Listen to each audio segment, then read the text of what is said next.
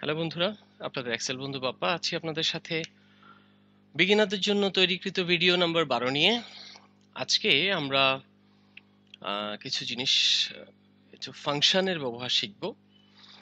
তো যদিও ইতিপূর্বে আমরা এভারেজ কিভাবে ক্যালকুলেট করতে হয় সেই জিনিসটা দেখেছি, আজকে আমরা আসলে দেখব দুভাবে করা যায়। এফএক্স ফাংশন ব্যবহার করে, অথবা আমরা যেটা লিখে করেছিলাম যেটাকে বলা হয় সিনট্যাক্স ফর্মুলা, সেটা ব্যবহার করে করতে পারবো। তো শুরুতে আমি যারা বিগিনারদের জন্য এফএক্স ফাংশন ব্যবহার করাটা এটা কিছুটা সহজ। তবে খুব দ্রুত কাজ করতে গেলে এফএক্স ফাংশন না গিয়ে আপনি সিনট্যাক্স ফর্মুলা ব্যবহার করতে পারেন। এফএক্স ফাংশনটা হচ্ছে আপনি ফাংশন মানে লাইব্রেরিতে গিয়ে সেখান থেকে খুঁজে বের করলেন, আর যখন আপনি লিখে করলেন সেটা হচ্ছে সিনট্যাক্স ফর্মুলা।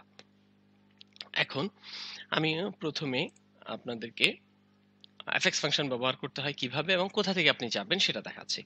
এখানে দেখেন এফএক্স লেখা আছে, আপনি এখানে ক্লিক করলেই ফাংশন লাইব্রেরিটা পুরোটা হাজির হয়ে যাচ্ছে। এখানে সে বলছে মোস্ট রিসেন্ট যেগুলা, এভাবে অনেক রকমের আছে। আপনি যদি চান এখানে আমি অল দিয়ে দিলাম, অল দেওয়ার পরে এখানে সবগুলা দেখাচ্ছে। অথবা আপনি যদি চান ফিনান্সিয়াল, তাহলে শুধু ফিনান্সিয়াল রিলেটেড যেগুলো আছে সেগুলো দেখাবে। তা আমি এখান থেকেই আমি যদি অল দিয়ে দিই, তাহলে অল এখান থেকে আপনি এখান থেকে চাইলে অল দিয়ে টাইপও করতে পারেন, AVERAGE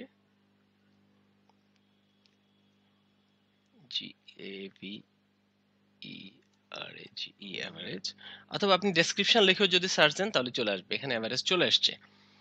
তো এখান থেকে আপনি করতে পারেন। আরো আছে, আপনি ফর্মুলাজের মধ্যে গেলে এইটা হচ্ছে ফাংশন লাইব্রেরি, আপনি যদি এখানে ক্লিক করেন ঠিক একই জিনিসটাই আসবে। তা আমি যাই হোক এখান থেকে অ্যাভারেজটা সিলেক্ট করলাম, করার পরে সে আমাকে বলছে কোন এরিয়া থেকে তুমি অ্যাভারেজ নেবা। আমি এতটুকু পর্যন্ত নিলাম, সিলেক্ট করে দিলাম। আমাকে কোনো ব্র্যাকেট দিতে হচ্ছে না, অটোমেটিকলি এফএক্স ফাংশন সে নিজে ব্র্যাকেট তৈরি করা সমান দেওয়া এই জিনিসটা তৈরি করে নিচ্ছে, চলে আসছে। আমি দ্বিতীয় ঘরটা করব সিনট্যাক্স ফর্মুলা দিয়ে, এভিইআরএ, যে শুরুতেই দেখাচ্ছে। আমি ডাবল ক্লিক করলে সে ব্র্যাকেট নিয়ে নেবে, অথবা ট্যাব ইউজ করতে পারেন। কোন এলাকাটুকু থেকে মধ্য থেকে আমি এটুকু সিলেক্ট করে ব্র্যাকেট ক্লোজ করলাম, চলে আসলাম। একই রেজাল্ট আপনি যেভাবেই দেখান। এখন আপনি চাইলে এটাকে কপি করে প্রত্যেকটা ঘরে দিয়ে দিতে পারেন, অথবা আপনি এই ঘরটাকে, আমি ডিলিট করে দিচ্ছি, এই ঘরটাকে সিলেক্ট করে ড্র্যাগ করে আপনি নিচে নিয়ে আসতে পারেন, অথবা ডাবল ক্লিক করতে পারেন। আপনি এখানে ডাবল ক্লিক করলেও ঠিক একই কাজটাই হবে। এই ঘরটার প্রয়োজন নেই। এখন ম্যাক্স এর কাজ কি, আমি এখানে সিনট্যাক্স ফর্মুলা লিখব। MAX দ্রুত করার জন্য সিনট্যাক্স ফর্মুলাটাই হচ্ছে সবচেয়ে বেস্ট। আমি অতটুকু সিলেক্ট করে ব্র্যাকেট ক্লোজ করে দিলাম। সে আমাকে বলছে ম্যাক্সিমাম নাম্বার হচ্ছে 99। এখন মিনিমাম নাম্বারও ঠিক একইভাবে বের করতে পারেন। মিন মিন দিয়ে দিলে আপনি এতটুকু সিলেক্ট করলেন, করে ব্র্যাকেট ক্লোজ করলেন, এন্টার দিলেন, 27 বলছে। এখন আপনার এখানে কয়টা নাম্বার আছে সেটা কিভাবে করবেন, COUNT কাউন্ট দিয়ে আপনি যদি ওই এলাকাটুকু সিলেক্ট করে দেন, এখানে সে দেখাচ্ছে 8টা আছে। এখন আপনি যদি চান মধ্যখানে হাজার হাজার ডাটা আছে, কয়টা খালি আছে আপনি কিভাবে দেখবেন, সেক্ষেত্রে আপনাকে COUNT আপনি যখন দিচ্ছেন এখানে ডাবল ক্লিক করেন, অথবা ট্যাব দিলে চলে আসতেছে আপনি এই এলাকাটুকুর মধ্যে কয়টা খালি ঘর আছে। সে বলছে একটা খালি ঘর আছে। এখন আমি ধরেন এখানে মধ্যখানে ABC দিলাম, সে কিন্তু 8টাই লিখছে। এখানে কিন্তু সে বলছে খালি নেই, সেখানে টেক্সট বা নাম্বার যে কোনো কিছুই থাকলে সে আর ব্ল্যাঙ্ক কাউন্ট করবে না। তার মানে কিছুই যদি না থাকে সে এখান থেকে ব্ল্যাঙ্ক কাউন্ট করবে। কিন্তু এখানে সে 8 বলছে। এখন আপনি যদি চান সব মিলিয়ে কয়টা আছে, টেক্সট, টিকেট, কাউন্ট, ফর্মুলা, মানে যাই হোক কয়টা আছে, তাহলে আপনাকে ইউজ করতে হবে কাউন্ট এ, COUNT-A।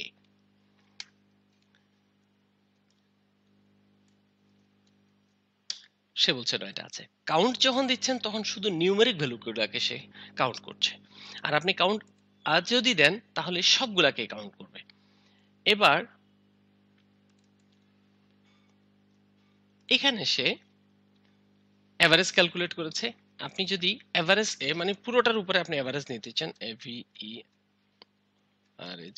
এভারেজ এ আপনি যদি দেন, সে বলছে 62। কারণ এটাকেও সে একটা নাম্বার হিসেবে ধরে তারপরে পুরোটার উপরে সে এভারেজ করে নিয়েছে।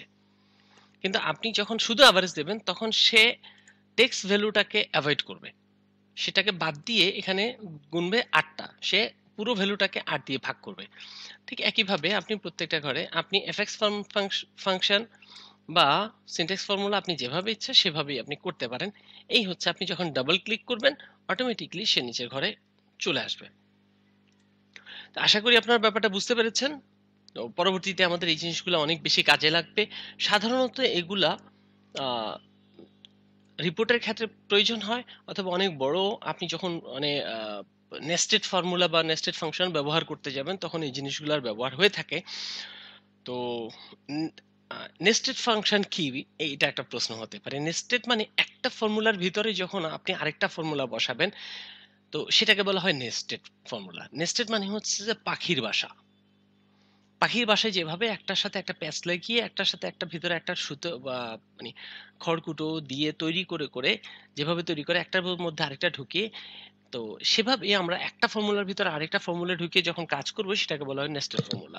তো সেই জিনিসগুলো আমরা ভবিষ্যতে যখন কাজ করতে যাব, আমরা যখন বড় আকারের কোনো ফাংশন বা ফর্মুলা ব্যবহার করব, একটার ভিতরে আরেকটা ব্যবহার করব, তখন সেই জিনিসগুলো আপনারা আরো বেশি ক্লিয়ার হয়ে যাবেন।